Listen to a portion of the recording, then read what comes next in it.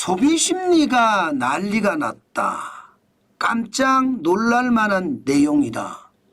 와, 이거는 경제에는요 굉장한 희소식입니다. 경제는 여러분 심리라고 이야기하잖아요. 그런데 그 심리가 엄청나게 좋아졌다면 우리 경제가 좋아질 수 있다는 신호가 될 수도 있습니다. 심리는요 소비를 이끌어냅니다. 소비가 일어나면요 경제가 좋아질 수 있거든요. 그만큼 기업은 더 생산해야 되고 더 생산하려고 하면 기업은 직원들을 뽑아야 돼요. 그러면 소득은 늘어나고 소득이 늘어나니까 또 소비는 더 늘리고 그렇게 선순환이 되면서 경제가 좋아질 수 있다는 뜻이거든요. 저는 소비 심리가 개선됐다는 거 진짜로 우리 경제에게는 큰 조짐이다. 좋아질 조짐이다. 그렇게 말씀드리고 싶습니다. 실제로도 한번 보실래요? 소비자 심리 지수 2025년 5월을 보십시오. 순식간에 101.8까지 올라갔습니다. 2024년 12월에 88.2까지 떨어졌거든요. 그리고 1월, 2월, 3월, 4월 내리말입니다. 5개월 동안 100 아래에 머물렀어요. 100 아래. 그러다가 5월에 101.8까지 올라갔습니다. 이것은 여러분 진짜로 희망적인 신호입니다. 그만큼 말입니다. 우리 경제가 완전히 무너져 있었는데 지금 좋아진다는 이야기잖아요. 무려 말입니다. 지금 올라간 포인트를 보면 12.3% 올라갔거든요. 2020년 10월에 91.6을 기록할 때 이때가 진짜 많이 올라갔어요. 이때가.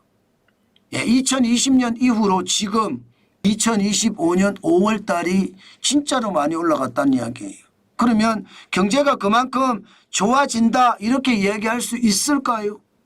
충분히 그렇게 이야기할 수 있습니다. 경제는 심리이기 때문에. 결국 말입니다. 소비자들도 이제 아는 거예요.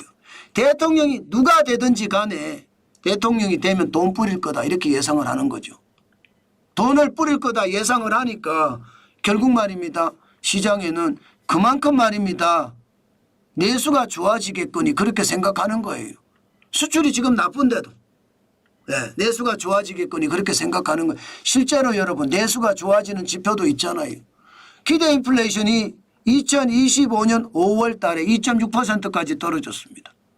인플레이션이 떨어진다는 거 물가가 떨어진다는 이야기잖아요. 물가가 떨어지면 여러분 소비하는 사람이 많아집니다. 2022년 7월에 4.7%에서 마치 미끄럼틀처럼 쭉 빠지고 있습니다. 그만큼 말입니다. 2.6%라는 숫자는 굉장한 숫자예요. 물론 목표 물가치라는 게 2%예요. 그거보다 높기 때문에 여전히 불안하다 그렇게는 이야기할 수 있습니다. 그러나 물가도 떨어져 주죠. 게다가 금리도 떨어집니다. 금리도. 2025년 5월에 93까지 떨어졌습니다. 그러면 여러분 금리도 떨어져서 이자 부담이 좀 줄어들어요. 이자 부담이 더 줄어드는 데다가 물가도 좀 떨어지는 모습 여기에 심리까지 개선돼 그러면 소비를 할 수밖에 없어요. 소비. 실제로 말입니다. 대한민국의 내수가 완전히 꼬꾸라져 있거든요. 1995년 이래 최악이라고 이야기할 정도로 지금 11분기 연속 마이너스를 기록하고 있습니다. 그리고 1분기 2025년 1분기가 0.0%니까 이번에는 좀 좋아지지 않겠느냐 그렇게 예상을 하고 있어요. 아마 2025년 2분기가 많이 나아지지 않을까 그렇게 말입니다. 물론 이게 심리가 좋아지면 뒤따라오는 게 있죠. 집값은 올라간다 이렇게 예상할 수도 있습니다. 지금 주택가격 전망은 2025년 5월에 111까지 올라갔습니다. 이것은요 돈 푸니까 실물의 가치는 올라가죠. 돈의 가치는 계속 떨어지니까 돈을 많이 풀겠다고 하잖아요. 김문수 대통령 후보도 추경 편성해서 돈 뿌리겠다. 30조 편성하겠다고 했잖아요. 이재명 아마 더 편성할 수도 있을 거예요.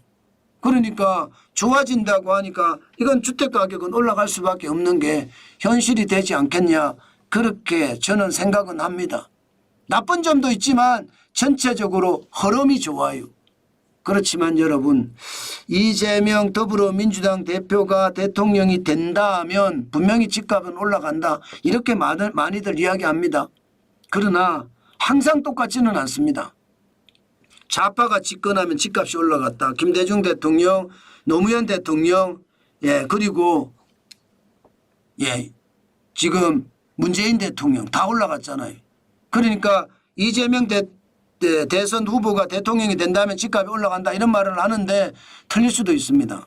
그러나 분명한 것은 똘똘한 한 채 중심으로는 달라질 겁니다. 100억 이상 초고가 아파트 거래 건수가 2022년에 4건이었잖아요.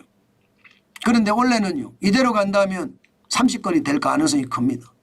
그만큼 말입니다. 똘똘한 한 채는 그만큼 시장에 움직임이 있으니까 그렇게 감안을 해 주시면 되겠다 이 말이에요. 결국 말입니다. 중요한 것은요. 소비자 심리가 개선이 됐다는 거. 그것도 2020년 상승폭만큼 이번에 올라가면서 심리의 개선 속도가 굉장히 빨라지고 있다는 것. 이것은 우리 경제의 긍정적인 신호이기도 합니다.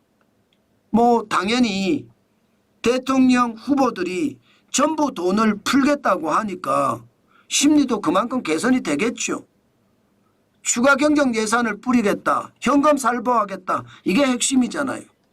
그러나 항상 우리가 생각해야 될 것은 예상과 다른 전망도 있을 수 있다는 거. 항상 보시고 단기적으로는 분명히 심리가 개선이 되면 좋아질 겁니다.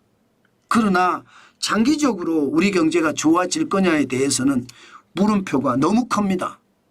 때문에 여러분 무리하게 시장 보지 마시고 경계감을 가지고 시장을 보셔야 된다는 거. 오늘 다시 한번 강조해서 드리겠습니다.